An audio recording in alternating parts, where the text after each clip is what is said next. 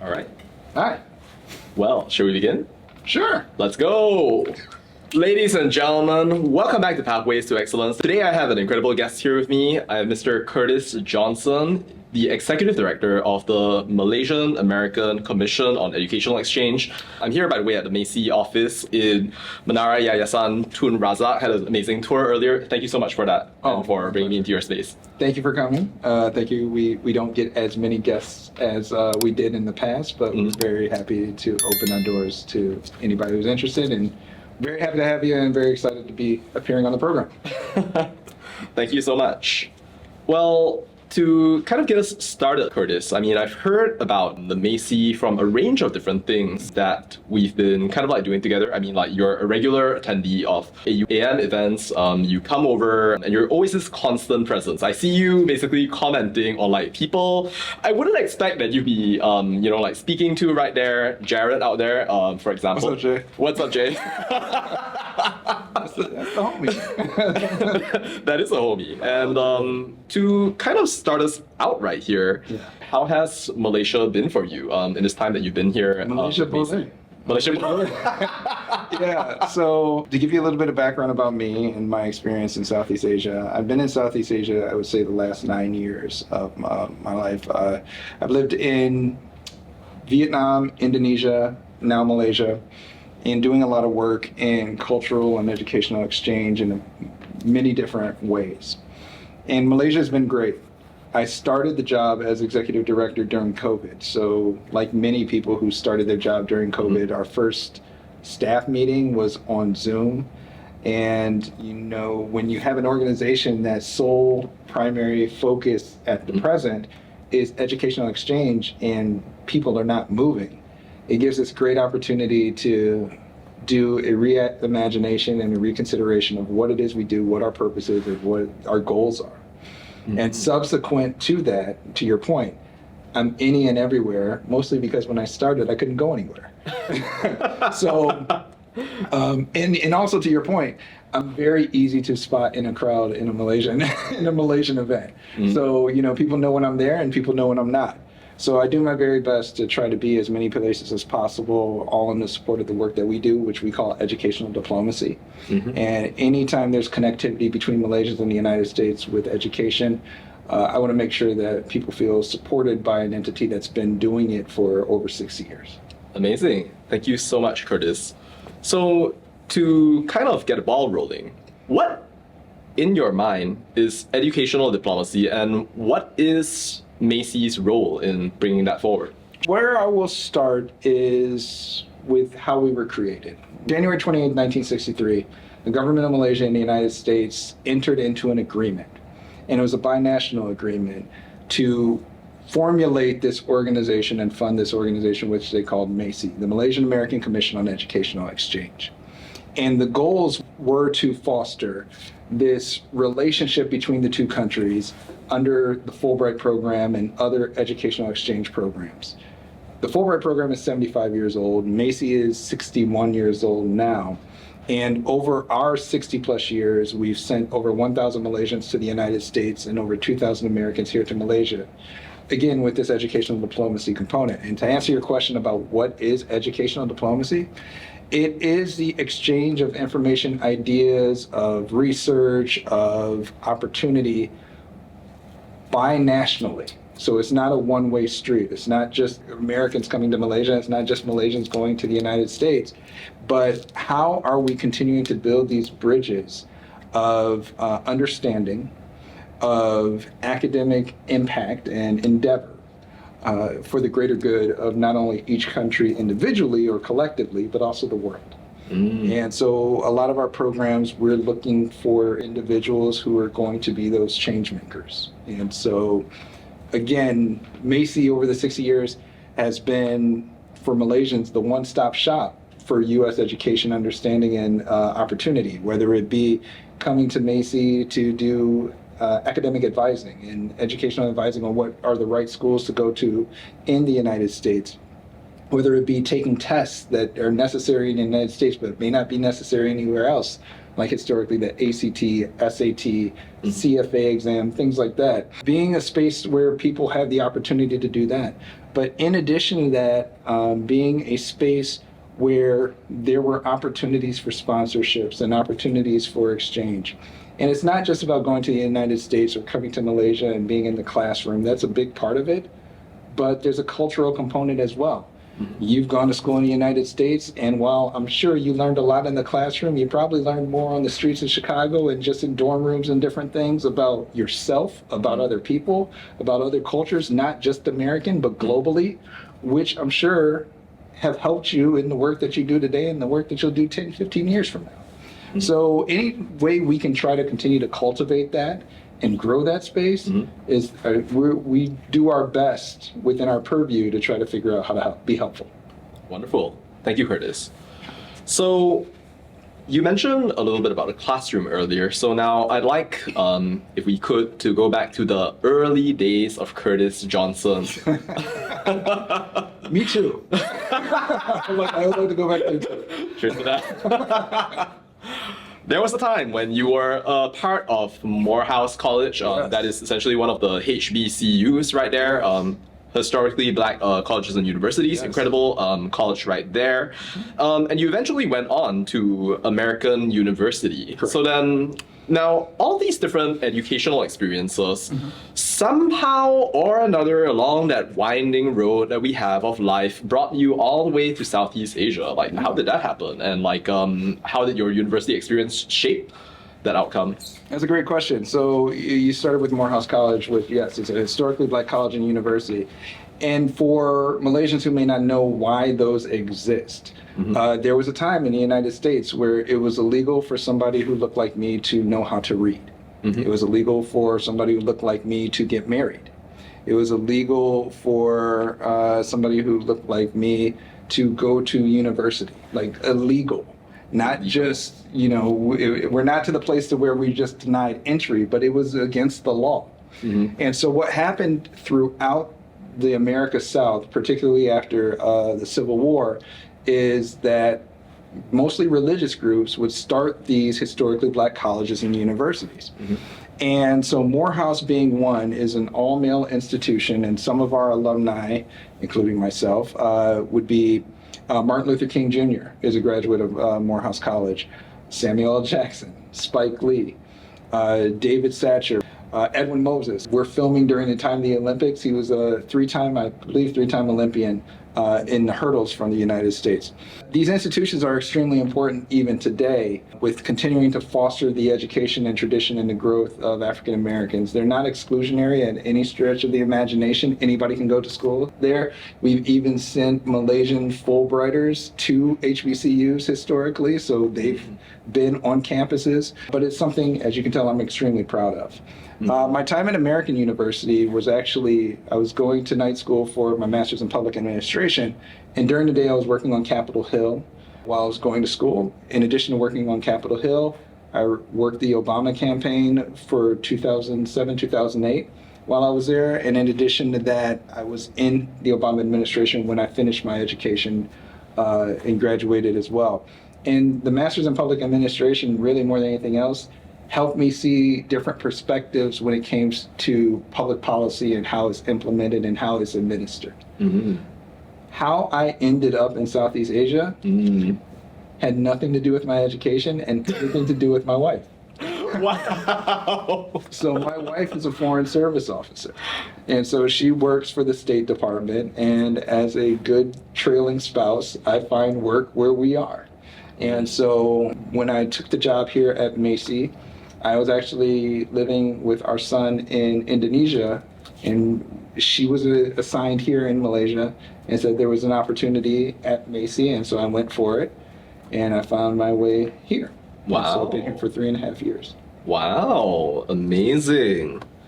And so when you came to Malaysia, so I know that it was during a unique time really for the world. You mentioned COVID. It was a time really with lockdowns. You had people essentially just having conversations over Zoom. I think that you mentioned also that, well, you met like probably your colleagues, the people that you were going to work with online as well. So, well, what were your first impressions of Malaysia when you had come here initially? Well, funny you mentioned that because I lived in the region for a number of years before. I counted before I moved here, and I had Wow. 70 stamps in Malaysia before I moved to Malaysia. So I think I had a good understanding of Malaysia as a whole. And being that that's the case, I think there's so many advantages if you're an American coming to Malaysia as far as ease of transition to the other side of the world, that I really wish both sides would take more advantage of. And it's been a wonderful, wonderful experience, and the people have been great, as far as engaging, whether it be with the government of Malaysia, whether it be the universities that I engage with. Our grantees are phenomenal, and especially our staff. And so again, that time, the interesting aspect of that time is the work that we do requires people to go to another country.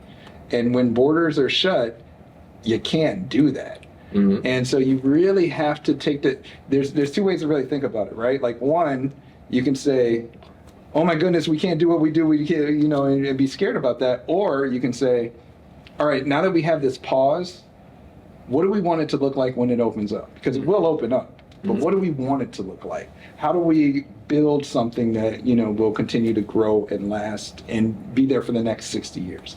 And I'm thankful that we had the opportunity to pause and do that during that time. And I'm excited about the things that we're doing and where we're going. Amazing. And so, well, the MACEE, in fact, has sent more than 1,000 Fulbrighters to the US under the Fulbright program. You've had, 2,000 Americans come over from the United States to Malaysia by this point. You have 49 different, commissions, essentially all across the entire world right now, all by the volition of Senator William Fulbright. Would you maybe tell me a little bit about some of the experiences that you had working on the Fulbright program that were, I guess, most impactful to you? Or maybe if you could talk also about some of what you consider to be some of your most high impact ventures in your own view. Sure. Let me start by going a little bit into what you were saying as far as the binational commission and what that actually is. And it's something that's extremely important to note.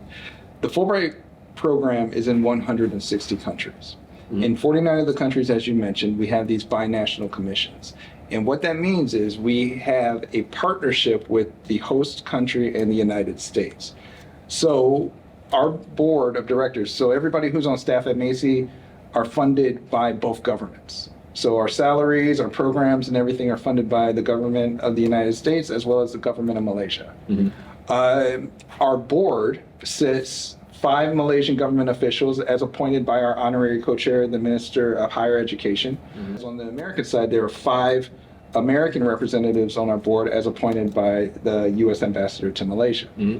And so it truly is this binational space where 2 governments come together to not only authorize us, but empower us to continue to grow the relationship and build these opportunities for Malaysians and Americans across the board in these areas of binational interest. What we focus on here at MACEE, especially post-COVID, is really 3 areas when it comes to our grantees. We have 9 programs that send Malaysians to the United States and 3 programs that bring Americans into Malaysia on an annual basis, and they're rolling grant opportunities.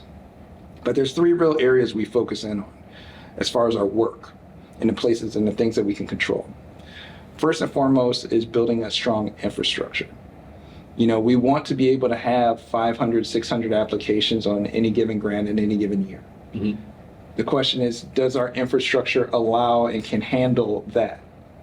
Because the second point we want is our customer experience. And our customers are wide-ranging. So it's the person who's interested in a grant, it's the person that applies for the grant, it's the person that wins the grant, and it's the person that's transitioning to become an alumni of the program. And so there are 4 different areas where we have to engage our grantees and make sure we're minimizing administrative anxieties. In addition to that, our customers are the government of Malaysia as well as the United States government, and making sure that we're following their mandates and things that they would like us to do in the spaces that we operate in as well. And third, it really is outreach. There are people who have gone to the United States and may have heard of MACEE along their path. You didn't necessarily have to go through MACEE to go to school in the United States. Well, we want to grow the awareness and opportunities for people to engage in our programs and things of that nature, because we want to minimize barriers to accessibility. We want everybody, whether it be from a public or private university, or whether it be from Sabah, Terengganu, Perak, to be able to go on these grants and know about these grants, because it's better off when it is people from all over Malaysia who are participating, and the same in the United States. People from all over the country being able to come to Malaysia. We believe that that accessibility is a tide that lifts all ships. We also focus in, when it comes to our grantees, on three major points as well. First and foremost, would this be a transformational experience for an individual? We always ask ourselves, would this be the first time the individual who's applying goes overseas, not just to the United States, but just overseas?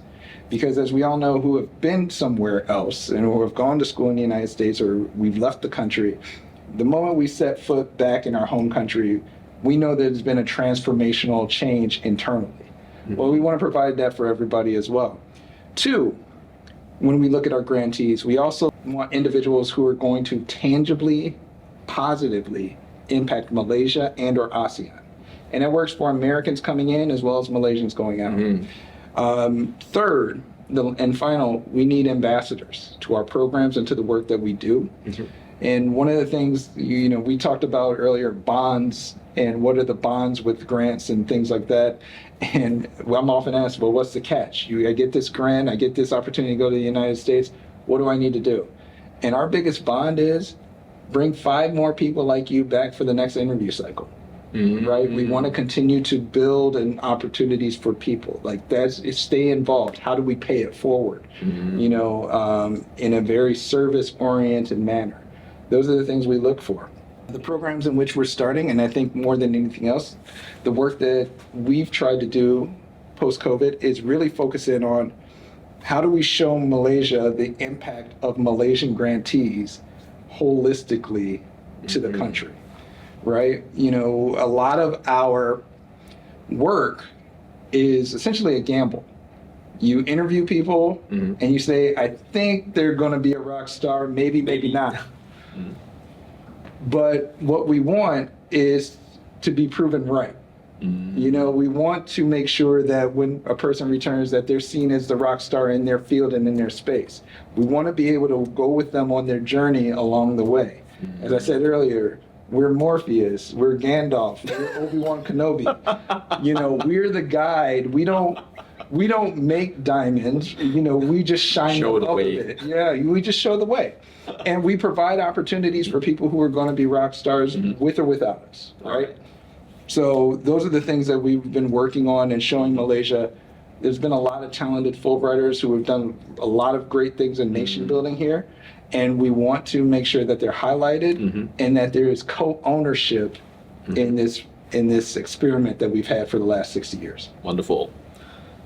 Now, I want to focus a little bit, Curtis, on what you spoke about transformation. This idea that somehow you go on to Fulbright, you come back, and somehow or another, the world has been transformed. When you think about tangible examples of transformation, so then what immediately comes to mind? I read, from your website and also learned from conversation with you that over 60 heads of state essentially have been Fulbrighters, give and take. Yeah, right. Thereabouts. Yeah. And so when you think about tangible examples of transformation, what do you look to? Well, some of the people who have been Fulbrighters here in Malaysia, like Tan Sri Augustine Ong, Dr. Ong Kian Ming, who is a Fulbrighter and who is on your show as well. He is a Fulbright scholar as well and got his degree from Duke. Tan Sri Dr. Mazlan Othman, who's Malaysia's first astrophysicist across the board, male or female. And these are individuals who, again, have come back and contributed positively to Malaysia. The work that they did in the United States is really interesting on each level because they're doing completely different things. But what we look for are potential educational and academic ambassadors. And these are individuals who we can say, all right, I'm going as an expert in my field in Malaysia, and I'm not going just to the United States to speak with Americans. But as we know, in the United States, there are more international professors, students in the United States per capita than any other country in the world. So you're on a global stage. And the goal is to be a part of this global community and to bring the global community back to Malaysia to continue to grow the global community in Malaysia. And so all of our programs are focused in a way where it's not just your engagement with the United States, but it's your engagement with the world. Amazing. And that's one of the things that we're really proud of as far as, again, how you get to tangible engagement and tangible results. And, you know, again, the individuals who are on the path, all of them are more than happy to claim that they're Fulbrighters, and they're more than happy to wave the flag of Fulbright in the work that they do, which is a win for all of us. Amazing. Thank you for that. We almost forgot one person. You may recall this one gentleman right here. Yes. This one gentleman right here on the Fulbright. Was it good? Yeah. Yeah, and so, you know, from Penang. And he not only is a Fulbright alum, but in addition to that, he also has been very influential in MACEE's operation in Penang back in the day. Wow. So MACEE had an office in Penang, and he was very much influential in making sure that that had continued at the time. And so he's been a good friend, and I think this is one of the things that these external organizations are doing a really great job of, starting to coalesce around individuals and trying to build out that history of relationship on an educational level between Malaysia and the United States, which is long-standing here in Malaysia. Thank you so much, Curtis. So when we think about this idea really of public service and diplomacy, of course, you know, it is a vocation of a range of different vocations. Not necessarily everyone would go forward on that path. And you could perhaps become a Martin Luther King, or you could perhaps, you know, go on the pathway of perhaps becoming, let's say, a Steve Jobs or something else along the way. Not that those are normal jobs, but like we get the picture right there. But for you personally, what is it that appeals to you about the idea of public affairs in the first place, and why choose to go on that pathway in the very first place? Yeah. I remember when I was 6 years old, you lived in Chicago, and that's where I grew up. There was a guy who ran for mayor by the name of Harold Washington. Many people think he was a precursor to Barack Obama, and he was the first black mayor in the city of Chicago. And I grew up in Chicago at a time where there was Michael Jordan, and I had, you know, a poster of Michael Jordan. I was a big baseball fan. There was a guy from the Chicago White Sox named Harold Baines, and then there was a just as big of a poster of Harold Washington. And the church that I went to in Chicago was very influential in my life, and it was this political powerhouse. Like, they hosted Martin Luther King Jr. when he came for a civil rights walk in Chicago. Wow. Any presidential candidate that wanted to engage Chicago had to visit my church. And so we were very much in this space, in this very large church of just civic engagement in Chicago. What was your church called? It's called Fellowship Missionary Baptist Church, Wow. 45th and Princeton, on the south side, not too far. It's on the other side of the Dan Ryan from, University of Chicago, and a little bit further south. Harold Washington was an extreme presence in my life at the age of 6, and I knew that public service from then was what I wanted to do, whether it be running for office or being involved in campaigns and things of that nature. And so I did that. I worked a lot of campaigns while I was in the United States. And I worked on Capitol Hill for a member of Congress from Chicago. I still think I'm the only one to work for a congressman from Chicago who's the only person to beat Barack Obama and then go work for Barack Obama. So play for another team. Yeah, so I still think I'm the only one who did that. But it was something that was always extremely important to me. And what I love about the work that I do on the international space is when you're working in a binational commission, you're in between two governments Well, they have a binational agreement, they have very different interests and very different goals and aspirations in a lot of different spaces. But in the space of education, this is a space of mutual agreement. This is a space of aspiration. When you think about education and people getting opportunities to go to school somewhere or have a new experience, everybody's on board with it, you know, on the high level. And so there's a lot of Rubik's Cube machinations I have to do, because again, on the Malaysian side, there are certain metrics and KPIs, and on the US side, there are other metrics and KPIs. And what our team needs to do is to figure out how to thread the needle on both sides, so that our board as a collective are satisfied with our work, so that we can be in a space to where we can get a renewal of a binational agreement, where we can have conversations, and we can have both governments trust the work that we're doing and the quality of work we're doing. And I really enjoy that component of it, because there is the governmental affairs part of it. But to your point about like Steve Jobs, I still have to make sure that the lights stay on. I still have to make sure that the air conditioning works. I have to make sure our staff has health insurance and all these other things that come up. And so you never know what any given day is going to look like. And that's fun. And there's all these opportunities to really affect change, where you have these grants and you grant these opportunities for people across the board.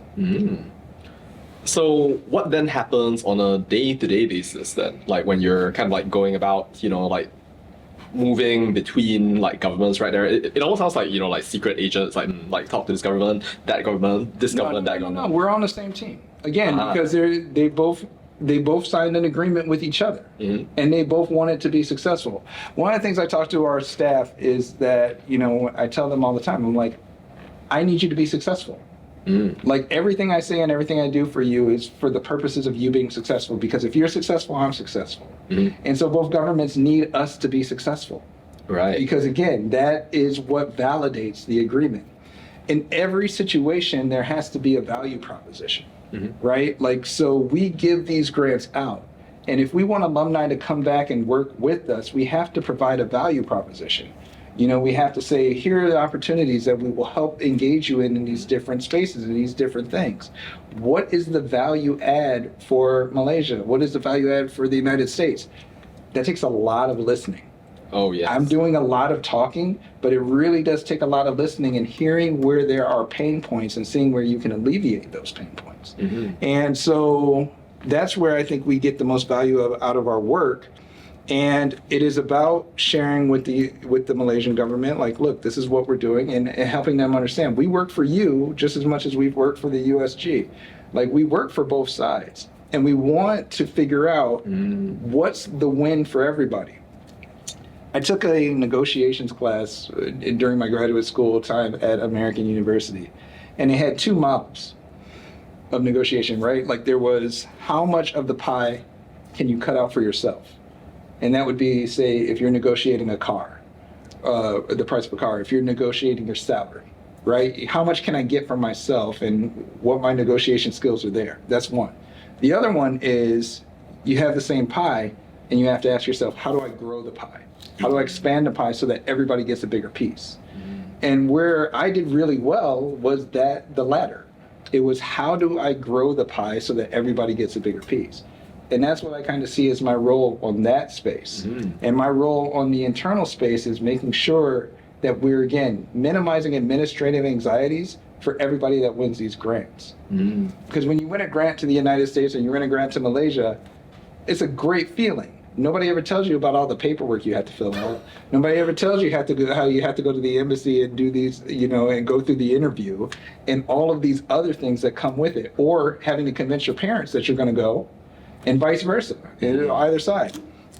So what we ask is, what are the different ways we can lower that anxiety, the administrative components? How can we make the visa process easier for the host institution or the grantee?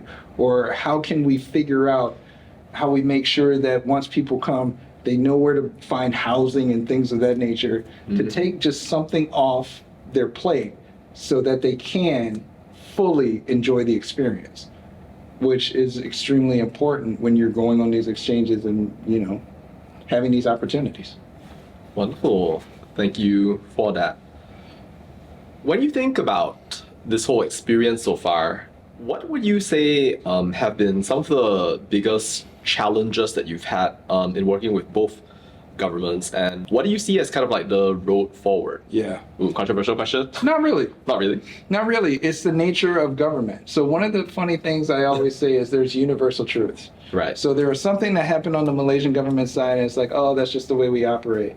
And I said, well, it's actually the same on the U.S. side, whether you know it or not. And the same other side the other way. And so I get this unique perspective on both sides of the challenges of bureaucracy, regardless of the government. There's just a lot of challenges with bureaucracy, which is why I think a commission is so valuable, because we're not necessarily governed by that bureaucracy. So we should be the place where if you have good ideas of things to do from either government, could be implemented in these spaces.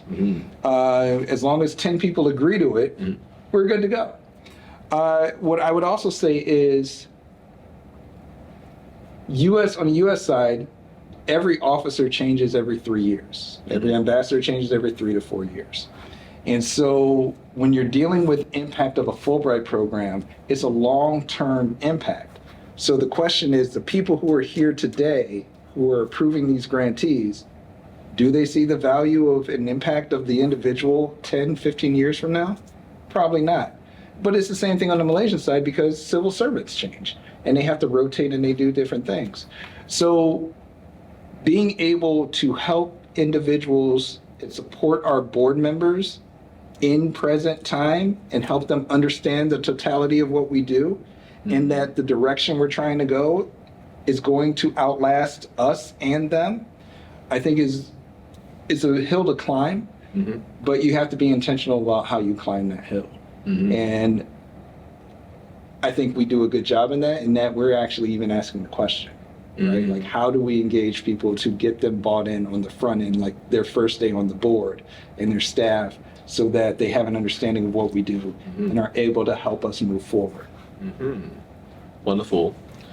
Now, Curtis, on the 27th of July, you came over to one of our events, and thank you so much for that, and also for the question that you asked on that day about, well, educational exchange and how to potentially increase the extent to which that is happening right there along the way. I'm getting the sense that that is part of the future direction that you were mentioning a little bit earlier right here. And so in your mind, what do you feel is the future direction, and what are we currently doing to move towards that future direction, and what could we be doing better in order to get to that destination? No, thank you for the question. So there's so many components to whether it be educational exchange or whether it be education as a whole.